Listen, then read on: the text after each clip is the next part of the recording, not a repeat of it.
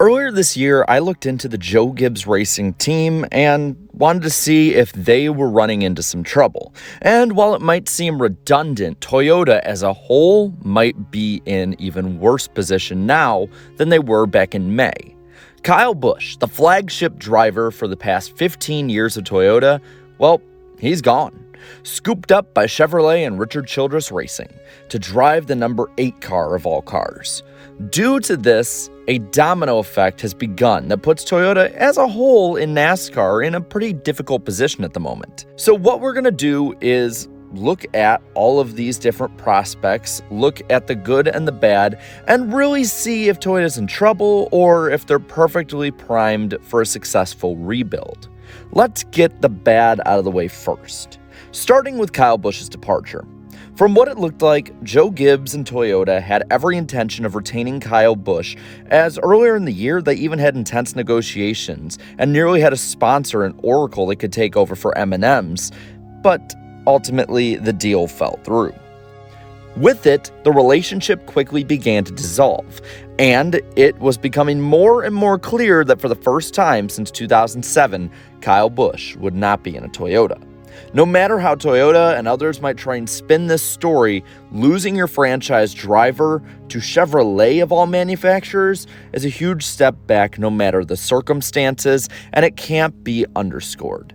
And with this comes the big part of Toyota's future in Kyle Busch's team, Kyle Busch Motorsports.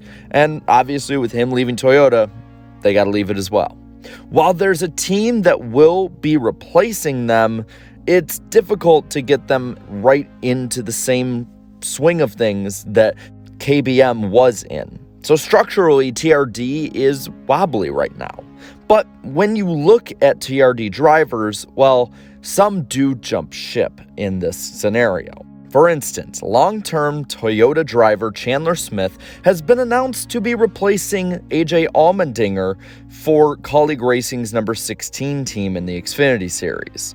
Smith has been one of the best prospects Toyota has had in recent years, so this is another major loss. Also, Brandon Jones has been lost to JR Motorsports for the number 9 team. While Jones isn't necessarily the first driver that fans come to think of when picturing Toyota prospects, he is a big one. Since 2018, when he joined JGR, the now 25-year-old driver has scored 5 Xfinity Series wins and has scored 19 top 10s and 33 starts in the last 2 seasons. While not setting the world on fire, he's still a solid driver and completely underrated by fans. He also has a great financial loyalty and support from Menards, as they funded nearly all of his professional racing career. Losing these dollars will be another detriment and hit to Toyota. So why is this more pressing now? Because the drivers at JGR, the top team for Toyota, are starting to age out. While Christopher Bell is young and Kyle Busch's replacement is pretty much known to be Ty Gibbs, the long-term future of the 11 and 19 teams is very much still fluid. Denny Hamlin has regressed this year and age seems to be catching up with him, and he also has his hands in ownership and could walk away and do that full-time at any time. And Martin Truex Jr. has been seemingly on the verge of retirement for years now. So Toyota on the JGR side needs to figure this out ASAP. But with all the bad out of the way, there is a lot of good that we can look at in the whole situation. Let's start off in Cup. On the Gibbs side, Christopher Bell has been coming into his own in the 20 and looks likely to take another big step in the coming years to be a championship-level driver. And also, Ty Gibbs is looking more and more likely to take over the vacant 18 car. In Xfinity, while this opens up basically every ride JGR has, it doesn't look too bad. In 2022 so far, Sammy Smith has shown great flashes of brilliance in the Xfinity Series in his starts, and it can be argued that he's earned a shot at one of these open rides. So too is John Hunter Nemechek, as he's been one of the top dogs in the Truck Series the last few years. Also like Sammy Smith, Nemechek has been performing well in his part-time stints in the Xfinity Series in 2021 and 22, and even better, he's been dominating a lot of these races and won some of them in the last 2 years. So where Smith can take over one car, maybe Nemechek can also take over the other, with the 54 being more of the all-star car. In trucks, ThorSport has been a solid Toyota team, so that isn't as big of a worry, but it seems that there's already been a viable option to replace KBM's spot with DGR, or David Gilliland Racing, seeing how they are switching back to Toyota from Ford.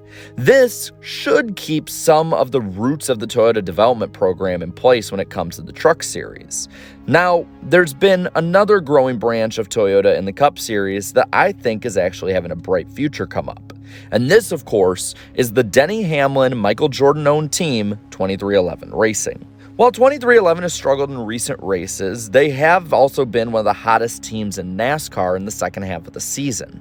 Starting with their franchise star driver, Bubba Wallace, the driver of the 23 Toyota, who was the man who scored the most points in the last 10 or so races of the summer leading up to the NASCAR playoffs. If this can be translated to 2023 and they can put a full season together, there's a real shot that Bubba Wallace can step up and be one of the leaders of Toyota, probably winning multiple races and getting a playoff spot. In the 45 car, you have Tyler Reddick coming over a year early.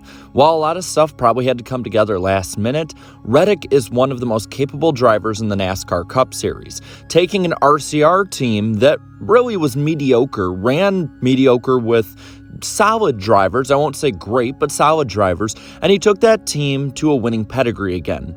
Something it hasn't had since Kevin Harvick, a future Hall of Famer, was there competing for championships in 2013. So it could be a lot worse for that team. And overall, even if Toyota regresses for the next couple seasons, that's not a bad thing. For instance, from 2017 to, say, 2019, maybe 2020, Chevrolet and their top team, Hendrick Motorsports in particular, fell off a cliff outside of Chase Elliott. They retooled, and now they're the top team and manufacturer again. And that very well could happen with Gibbs and Toyota between, say, 2023 and 2026 or so. So, is Toyota's NASCAR program in trouble? No. This is natural. And no team or manufacturer has ever held decades and decades of domination that's been completely unchallenged or non-changing. This was bound to happen. But with that, I'm going to pass it on to you. Do you think Toyota's in trouble? Let me know down in the comments below. While you're at it, leave a like on this video, share this video, and subscribe to my channel for more great NASCAR content. Thank you to all my channel members for your continuous support, and until next time, have a good one.